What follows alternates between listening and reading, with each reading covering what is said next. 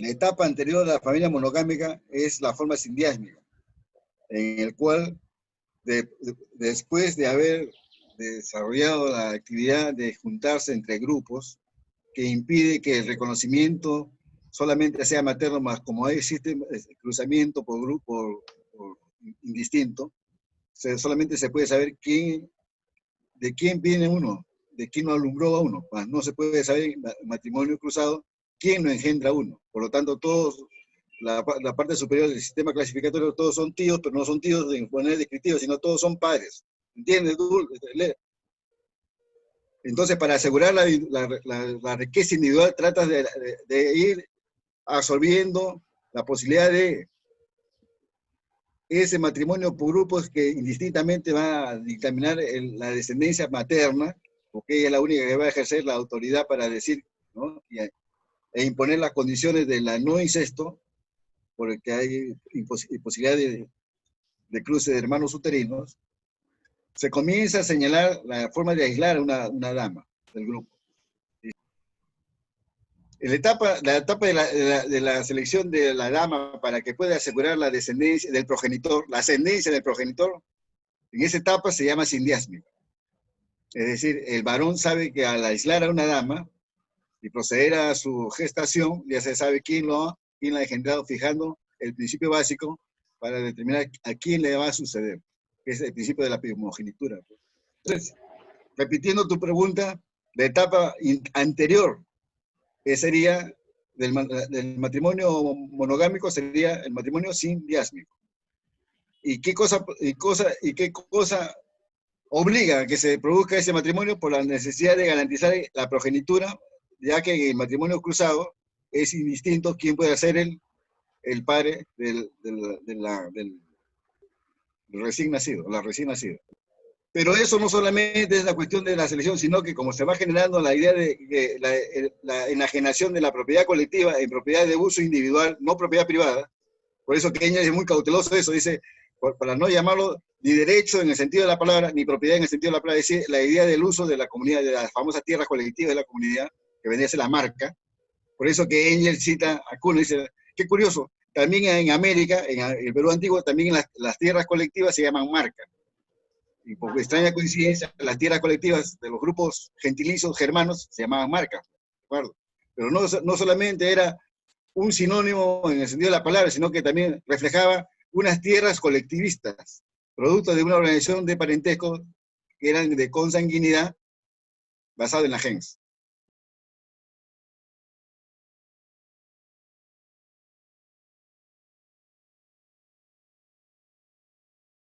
Sí, quiere decir entonces que cuando se da el germen del tránsito de la propiedad colectiva, propiedad entre comillas, de la colectividad o de las tierras colectivas, a la propiedad, entre comillas, de uso individual, ¿no?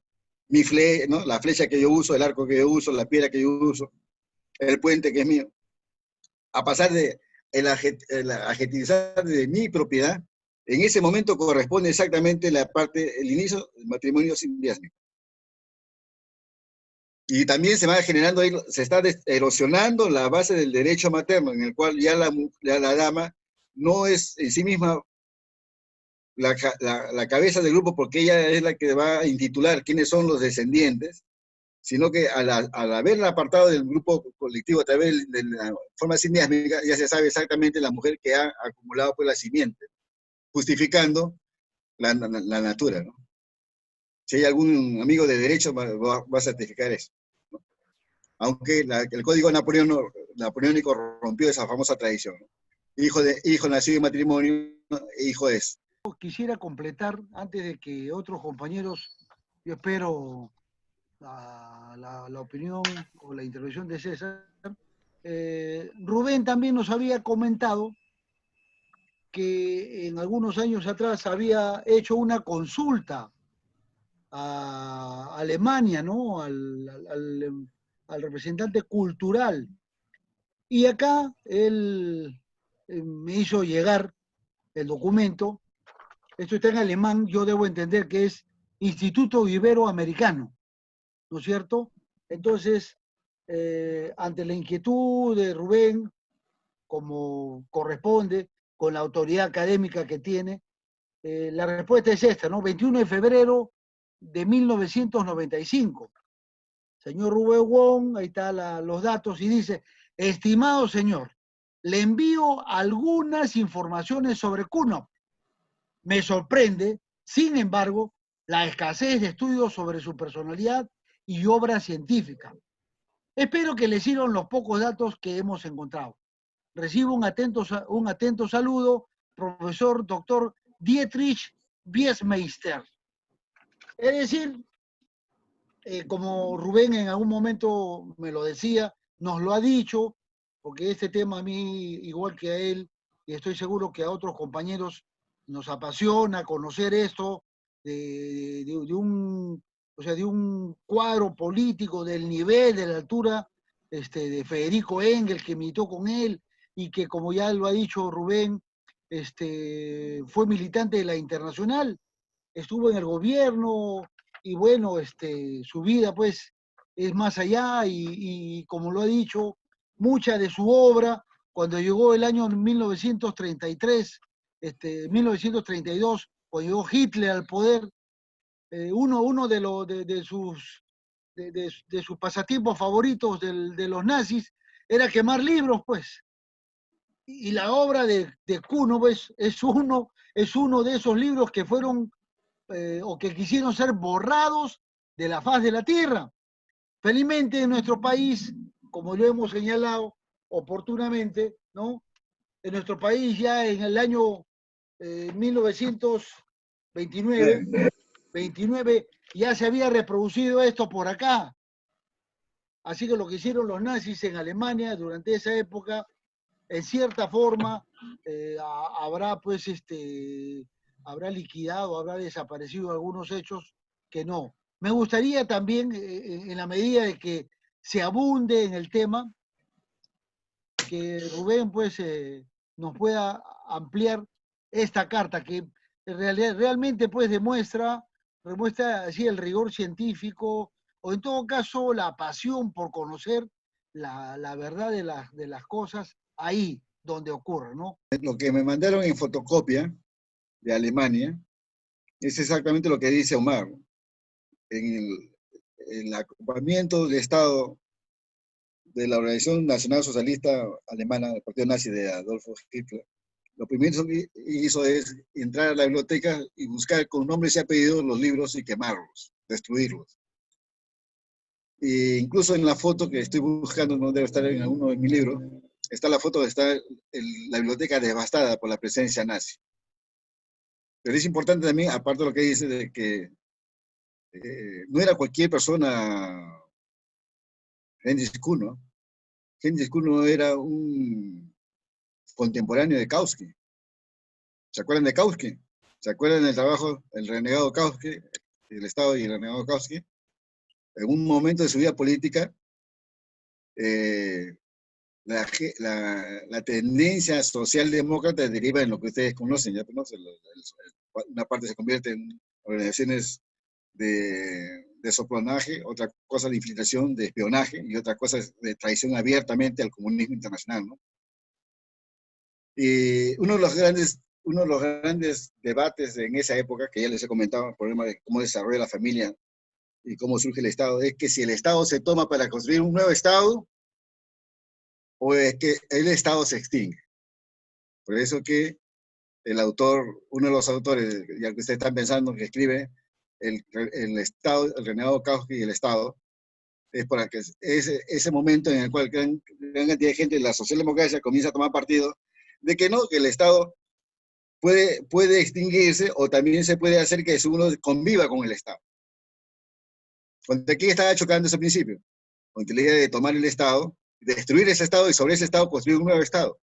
Y a ese Estado le correspondería, según la Tercera Internacional, el Estado de dictadura del proletariado. El Estado de los comunistas, de la transición a la etapa inédita del desarrollo de las formaciones económicas sociales. Y por eso es que se va tejiendo la diversificación en dos puntos de vista, entre la línea de Kautsky, de que el Estado se extingue, o la línea de la Tercera Internacional, que el Estado hay que tomarlo, violentarlo, y sobre eso colocar la dictadura del proletariado. La línea que va a desarrollar pues, Stalin, consecuentemente después de seguir la línea de Lenin. Entonces, el Estado se extingue, o el Estado se convive, que es la gran parte de la teoría del desarrollo burgués actual, de todas las tendencias burguesas y pequeños burguesas, o simplemente el Estado en un momento por evolución va a derivar en Estado de todo el pueblo, revisionismo total. ¿De acuerdo? Por eso es importante leer estos trabajos, porque esa es la base en la cual el imperialismo actual quiere cercenar la teoría del Estado de los comunistas, porque los comunistas han demostrado en la praxis de que el Estado no existe desde todos los tiempos. El Estado surge bajo determinadas condiciones históricas, sociales y económicas. ¿Cuál es la forma social y económica?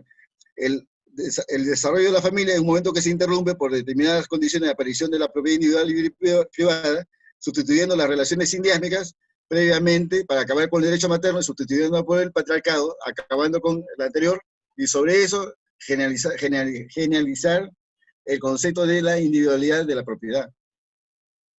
Y consiguientemente, cuando surge la propiedad, ya existe elementos de juicio legibles, en el cual, por ejemplo, en la vida sumeria de los antiguos pueblos que también son citados por ella, ya existía la evidencia escrita de la propiedad, o marca, la capacidad de legar o heredar o transitarla o convertirla en un objeto de mercancía para hacer intercambios con otra propiedad. Todo lo anterior vendría a ser las relaciones sociales basadas en lazos de parentesco. Relaciones que Europa conocía a plenitud de la monogamia, la poligamia, mas no conocía las relaciones de matrimonio por grupos que se daba en América, que es el aporte de Morgan. Por eso es que ese trabajo de Morgan es importante para consolidar las ideas sobre nuestro concepto de Estado, en el cual no debemos convivir con otra parte. Por ejemplo, los teóricos de la antropología, la arqueología, la historia norteamericana, todo el mundo le quiere meter por los sesos de que el Estado existe desde todos los tiempos. Por eso que a todo objeto que ve sobre la faz de la Tierra es hecho de la esclavitud, son estados. El Estado lo hizo, el Estado levantó la muralla, el Estado hizo la pirámide, ¿no? Organizaciones familiares, grandes genes. Por eso es que este es un debate que tiene vigencia, el concepto de saber cómo surge el Estado. Y en otros casos es cómo surge el Estado, es explicar también cómo surge en la familia. Y fundamentalmente, no solamente la familia, sino cómo se originan las genes. Por eso es que no es gratuito que todo el debate del siglo XIX, que pone a Engels en la cúspide, con Marx en la cúspide, es hablar sobre el origen de la gens, la gen germana, la gen celta, y a colación viene la gen iroquesa. Y la gen iroquesa es una gen desconocida, no solamente para el mundo de ese entonces, sino que no solamente desconocida, sino que las relaciones de parentesco son relaciones de matrimonios cruzados, y son relaciones punalúas, es decir, indistintamente se reconocen como hermanos, no siendo hermanos uterinos, son hermanos gentilicios, y sobre tal erigen todo un edificio de clasificación y descripción de los niveles de relación familiar, mi tío, el hermano de mi tío, mi abuelo, el hermano de mi abuelo, etcétera, etcétera. ¿Por qué? Porque es una forma en que se expresa el resultado de una selección que va partiendo las relaciones de la vida punalúa por la nueva, que es la relación sindiásmica, es decir, varias esposas principales, entre comillas esposas, para elegir a aquel que sea capaz de poder demostrar la presencia de la primogenitura y el atavismo de la propiedad individual por una nueva forma de propiedad que era desconocida en América toda, desde Alaska, Tierra del Fuego, el concepto de propiedad privada, que era lo que usualmente era lo que habitualmente hablaban pues, los romanos a través de su derecho romano, o el derecho romano fundamentalmente por la gen romana que venía pues, de Eneas y su viaje de Troya para fundar la sociedad romana, la sociedad de la gen romana, que era una sociedad investida por los poderes de la propiedad. Más después de eso, la propiedad, sino también que era la posibilidad de comprar, adquirir territorios y llamarse miembro ciudadano, pues hay ciudadanía, de la sociedad romana basada no solamente ya en el concepto divino, ¿no? Del patriarca de Eneas, de la línea genética de Eneas, sino también la correspondencia a la cantidad de propiedad que tuviese para formar parte de entonces, ya no sé, ya Consejo Superior o la aristocracia romana.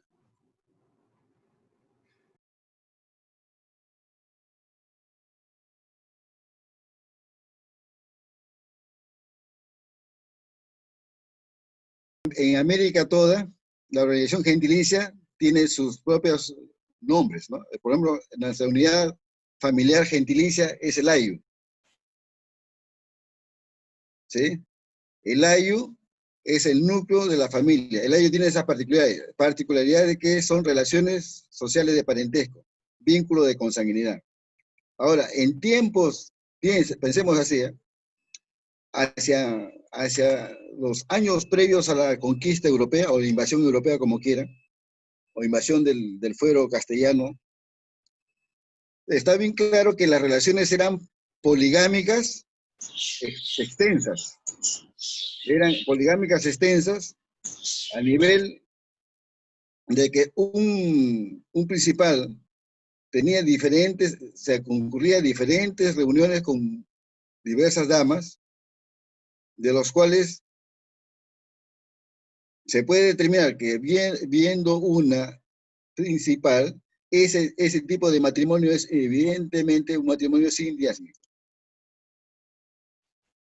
Hasta ahí te estoy explicando, ¿eh? Sin diásmico. Sin diásmico. Y el matrimonio sin diásmico está explicándose por qué en el anterior movimiento de los ayos, cuando más profundo en el tiempo se hunde el ayo, más fuertes son las relaciones de parentesco. Por lo tanto, estas relaciones de parentesco están relacionadas para mí, para muchos, incluyendo a los estudios que se tiene del origen de la cultura peruana, es que casi todos son de ascendencia muy antigua, pueden ser de origen, para mí, de ayllus amazónicos, y que estos ayllus amazónicos se pierden por la línea del norte, con la línea de los grupos amazónicos que irrumpen a los Andes, que son de procedencia jíbara, y estos jíbaros son la procedencia caribeña, y esta población es anterior a toda la ocupación de los pueblos centroamericanos y los pueblos de América del Norte. Cuando llegan hacia la conquista, las relaciones de parentesco eran extendidas entre ayllus, que se reconocían como tal como hermanos.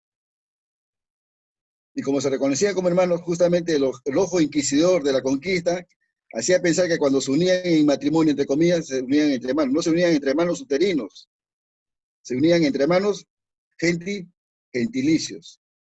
Y la línea de descendencia corría por la línea materna.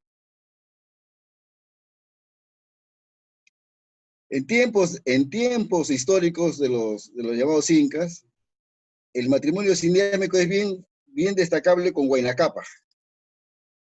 Huayna Cápac correligía con diversas damas y una principal, y una colla. Una colla principal y collas sindiámicas.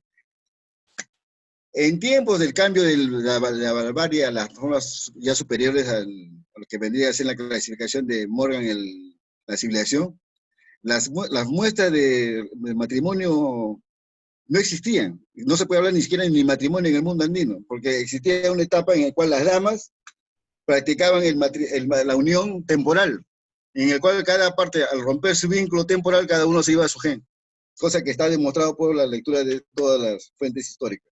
Es decir, el matrimonio, si bien existe de manera circunstancial, ¿no?, producto de que estamos hablando solamente de los grupos quechua del Cusco, pero hay que pensar que estas formas de unión consanguínea todavía sobreviven como rezagos en casi todas las formas que conocemos de la Amazonía, y no son pocas, y que en el tiempo más antiguo, las relaciones basadas en matrimonio por cruzamiento es cierto, porque casi todos en la época del ayu, todos trataban a sus inmediatamente superiores como padres.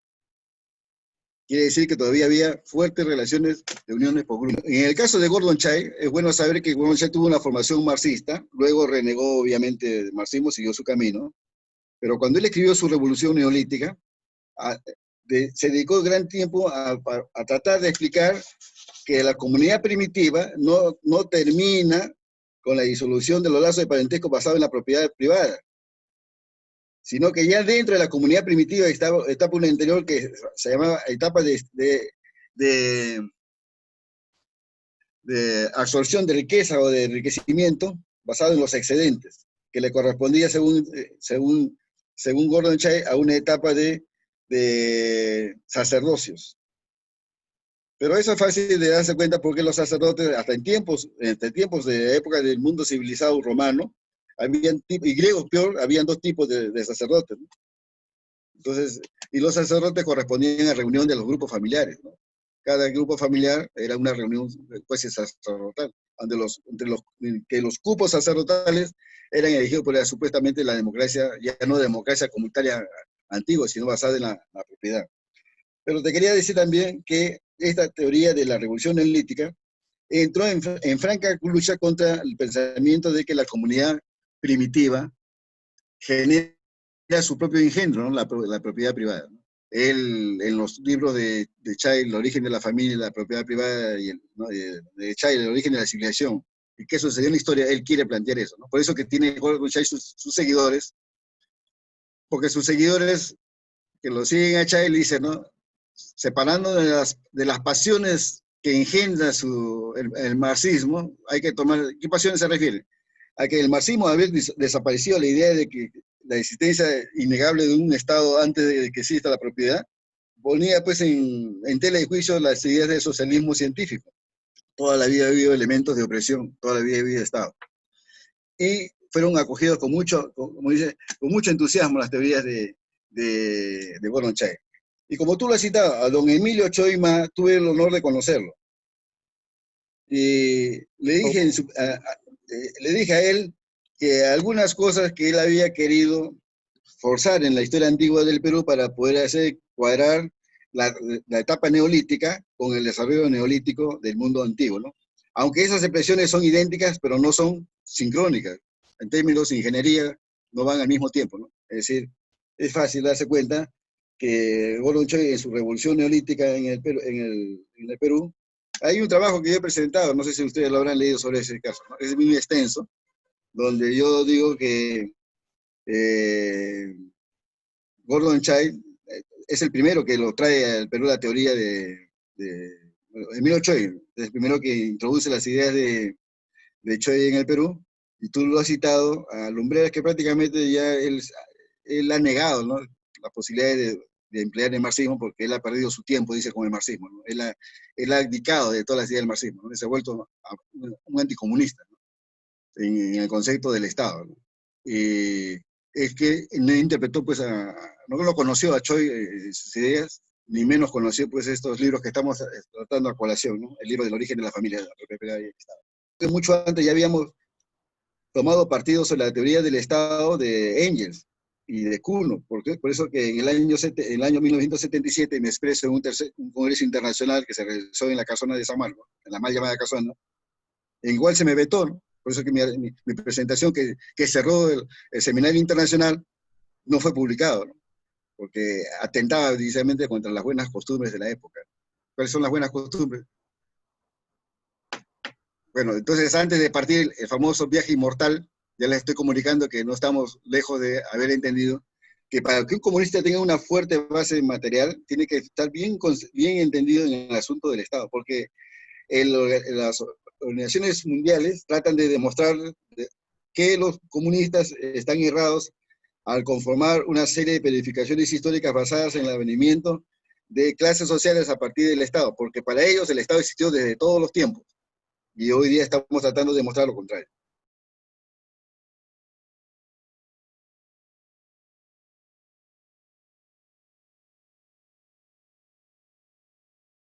Fíjate, acá te alcanzo un fechado. 8.000 años es el hombre de la Auricocha.